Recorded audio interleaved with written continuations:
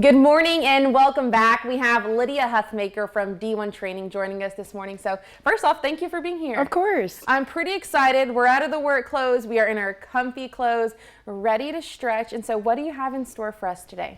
So we're going to be going over 3 stretches. Now it is Anxiety Stress Awareness Month. So we're going to be going over 3 different stretches that's going to kind of help with that stress and anxiety. I know we all have really busy days and everything.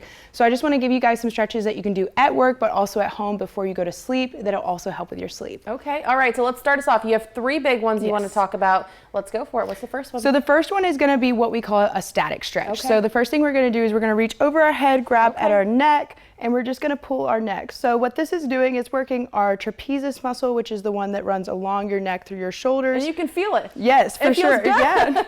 Yeah. So we'll hold this for about 5 seconds, and then we can switch.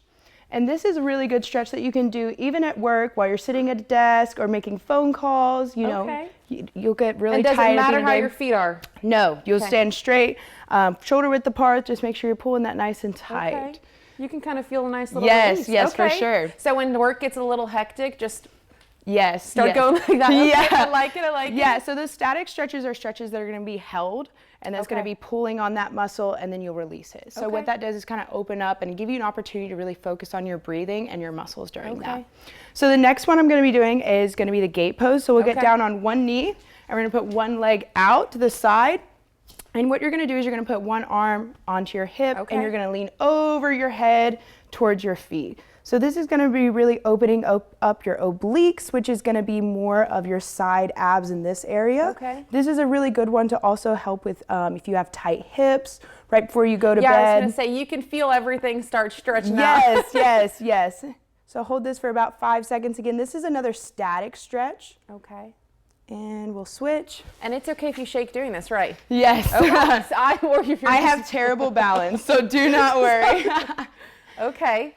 So this is, like I said, this is an example of a static stretch. So another example of a stretch is going to be a dynamic stretch. And a dynamic stretch are usually done prior to working out. Those are going to be those average stretches that you are used to, like moving your arms, moving just your kind of legs. shaking it out. Exactly. So static stretches are really good for taking an opportunity to really focus on your breathing.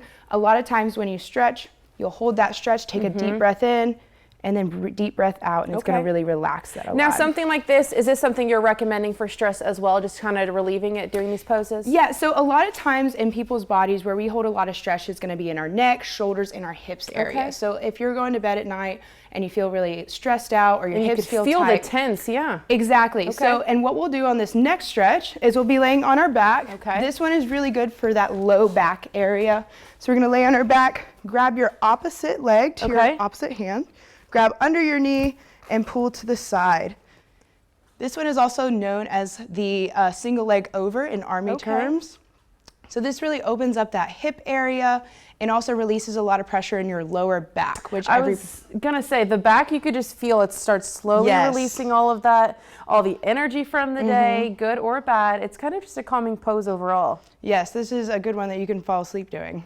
Okay, so how long do you recommend for people who are wanting to kind of do these stretches? How long should they do this before bed or whenever they're choosing to do so? A good 5 to 10 minutes. I mean, you don't have to take a large amount of time doing this, just enough to really focus on your breathing and take an opportunity for your muscles to kind of relax through the day. We take a lot of time focusing on work and, you know, all the stressors of our lives that we don't take an opportunity to just focus on our breathing and being mindful, taking that opportunity to think about, you know, your muscles and your body. And it really is great. You start thinking of this. It's time for you to unwind and really focus on yourself, kind of decompress from the day, get that stress out of your body. So it is kind of calming. Yes. Okay, so really easy poses. Lydia, I may have to start doing this every night before bed. You should. I have 2 kiddos, so this is calming.